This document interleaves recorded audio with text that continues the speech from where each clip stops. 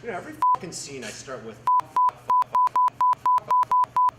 all you hear is beep, beep, beep, beep, beep, beep, beep, beep.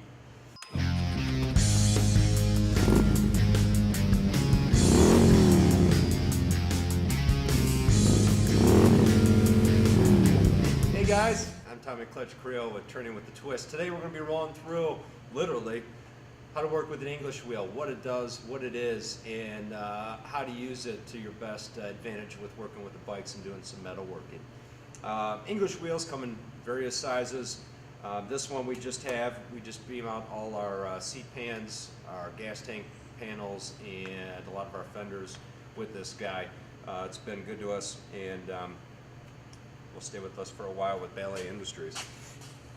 With your English wheel, you have different crowns at the bottom here. Different anvils, I should say, with different radiuses. And the reason for that is you have different options with putting radiuses through on your metal working objects. So, for instance, in this video I'm going to be walking through how to contour and work a back piece of a seat pan, one of our lane splitters here at HCG. And we've got various sizes. So you can see this is a flatter radius right here, also known as the crown. Our top wheel always is flat. The bottom wheel will dictate your radius in your working piece of metal. And on this one, we're going to be using a larger radius.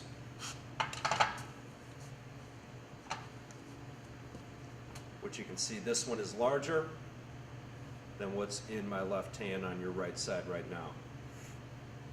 So we'll be rolling with this guy. So when inserting these, big thing to do, always make sure you're always pulled out on your English wheel.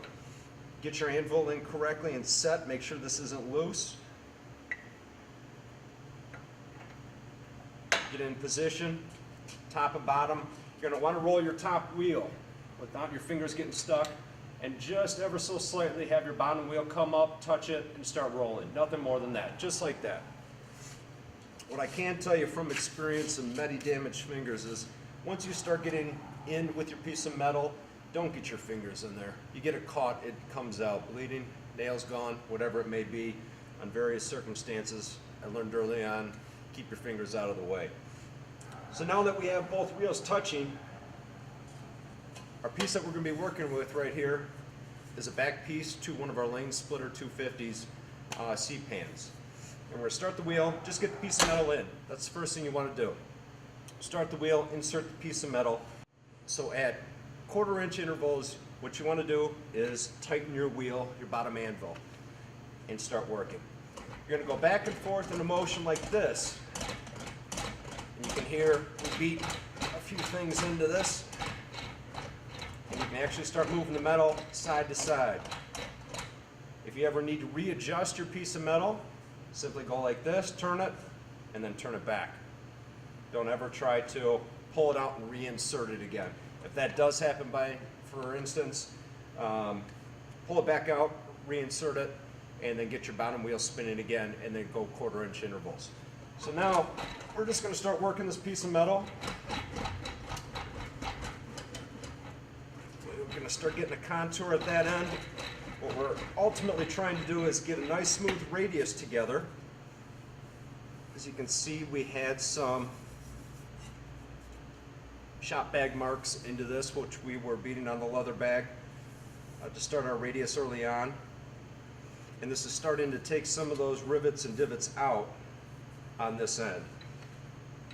So now that I pulled that out, we're going to readjust, get our piece of metal back in there, and go 1/4 inch intervals. And all you want to do is just work it back and forth. This takes time, it takes an eye for what you're looking for, and ultimately where you're trying to get to. So you always want to keep in the same motion. You don't want to start stretching the metal back, side to side, and back and forth. That's why we're just going side to side on this back seat pan. So now most of the, that's good. Most of those marks are out. You can see that we have a radius. It's not even, but we'll get there. Nice and smooth, both ends. what we're going to want to do on this piece of metal is readjust and start moving in this area on both sides, and that will start getting us a nice radius on the outsides and pull this thing tight for us. An English wheel is easy as that. Just working with different crowns. It takes a while to get used to.